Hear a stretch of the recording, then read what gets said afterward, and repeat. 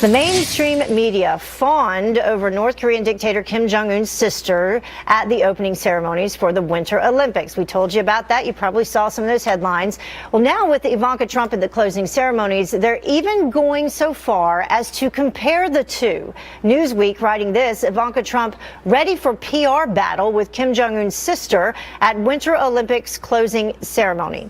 So why can't the media get it right on one of the most pressing issues of our time? Here now to weigh in is international relations expert Dr. Rebecca Grant. Thank you so much for joining us this morning. Appreciate it.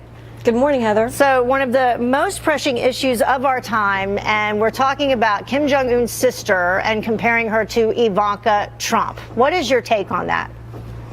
Ridiculous. First of all, good job, Ivanka.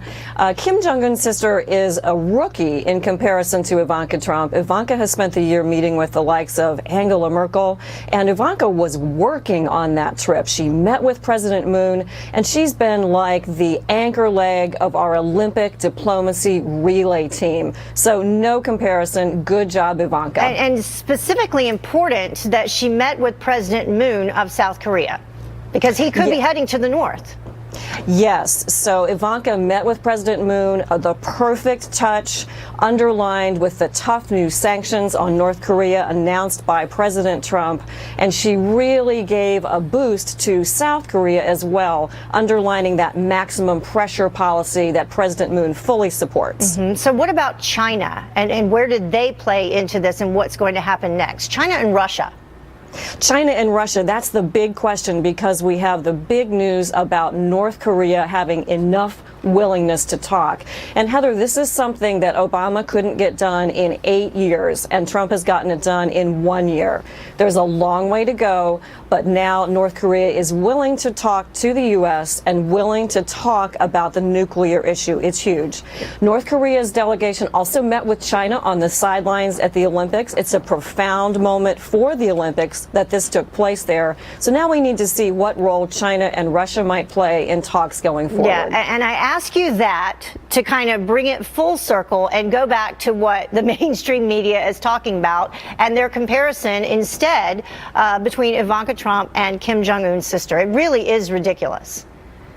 It is, and it's time for the mainstream media to catch up and see that there's been a huge diplomatic breakthrough here. It's time to get the carrots out. Let's see what North Korea is going to want to participate in talks. Let's see how far they'll go. So I'm looking for the tentative visit by President Moon up north.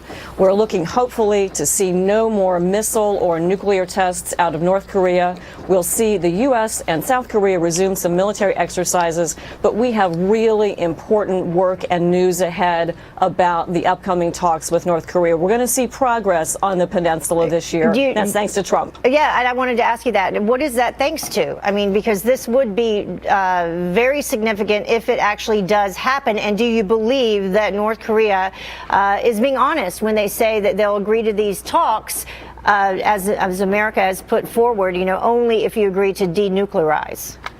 Yes, the maximum pressure policy worked. So North Korea sent that delegation of 8 heavy hitters, and I can tell you this, that delegation understands. They got the memo about military pressure, and they are ready to talk. Maybe they're the ones who helped persuade Kim, and maybe Kim's sister piled on to that.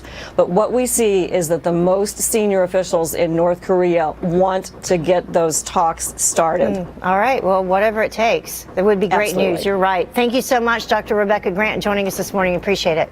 Thank you.